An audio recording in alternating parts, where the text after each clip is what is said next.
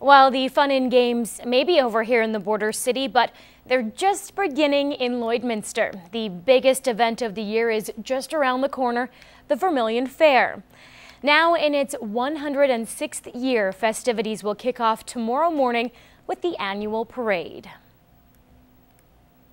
Our parade is usually around 2 hours long, and there's a number of floats. There's some bands. We have the heavy horse hitches going in the parade, which are always a highlight. The fair now includes everything from chucks to animals to grandstand entertainment and rides, but it still remains true to its agricultural roots.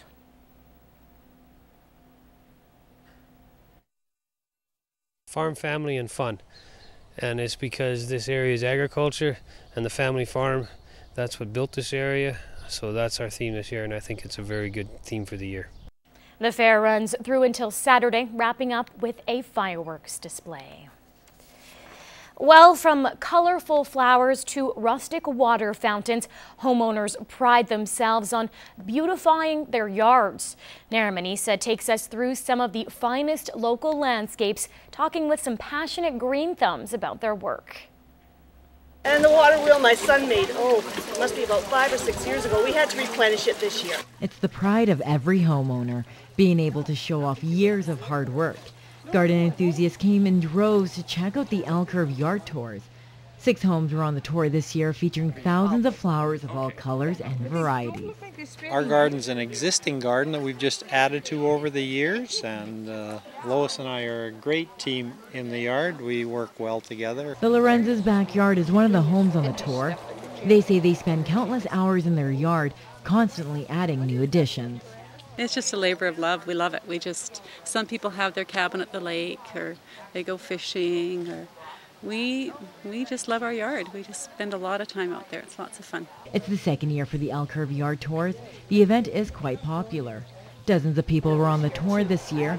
The Green Thumbs were hoping to get inspired by Mother Nature and the hard work of homeowners. Every place you go to has new ideas, and you share with everyone, and it makes quite a difference. You know, you go home and then you go, I think I can do this in this spot, or maybe that spot, and so it's pretty fun. And what do those in attendance think about the yards? Naramanisa, Newcap News. Meantime, Vermillion residents had the opportunity to present their community today, vying for top spot in a national competition. Anna Stanislaw was in Vermillion checking out the Communities in Bloom tour. 2 judges from Communities in Bloom were in Vermillion to evaluate the town. Communities in Bloom focuses on improving the quality of life for everybody throughout Canada. It's a volunteer organization that ventures to improve communities by, both volunteerism and kind of community pride. Of course, there's always the beautification aspect, and also volunteer pride. Now, it's not just floral displays the judges will be looking at. Tidiness, landscape, and environmental action are some of the other criteria. Their motto is people, plants, and pride growing together. And so basically that's what it is. It brings people together through the plants and then our community. Volunteers and local organizations are a big part of helping improve the community, and their work is evident throughout previous competitions. In the past, we've competed in the provincial competition and received 5 blooms, which is the most you can receive. One of the judges' first impression of the town was also a good one. I think Vermillion's beautiful. It's clean. I love the wide streets. I love your Main Street area with the hanging baskets. It's great that they're sponsored. I think that's a fabulous idea. Clean, tidy, beautiful trees. You've planted a lot of new trees. The results are announced in October. Anna Stanislaw, Newcap News. Definitely some beautiful yards around our region. Well, as the CPCA final makes its way to the border city, businesses are getting into the rodeo spirit. Michelle Lake was busy this morning working on a mural right here at Newcap Studio. Today I'm painting a scene for the CPCAs, a little boy and a little girl standing on the fence looking at the chuck wagon races, or the horses. Lake has been painting windows for the past 2 years. It all started with an invitation for a decorating contest for the CPCA. I painted lots of things, like I do murals all the time in people's homes and businesses, and I thought can't be too much different on windows. Lake and 2 other artists will be busy painting businesses around the border city for the next few weeks, preparing for the rodeo. The CPCA Pro Tour Finals take place August 22nd at the Lloydminster Exhibition Grandstands.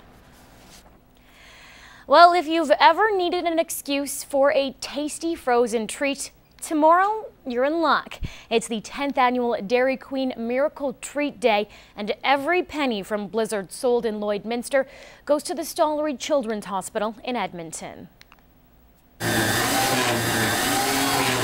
I call it the mandatory Eat Blizzards Day for everybody.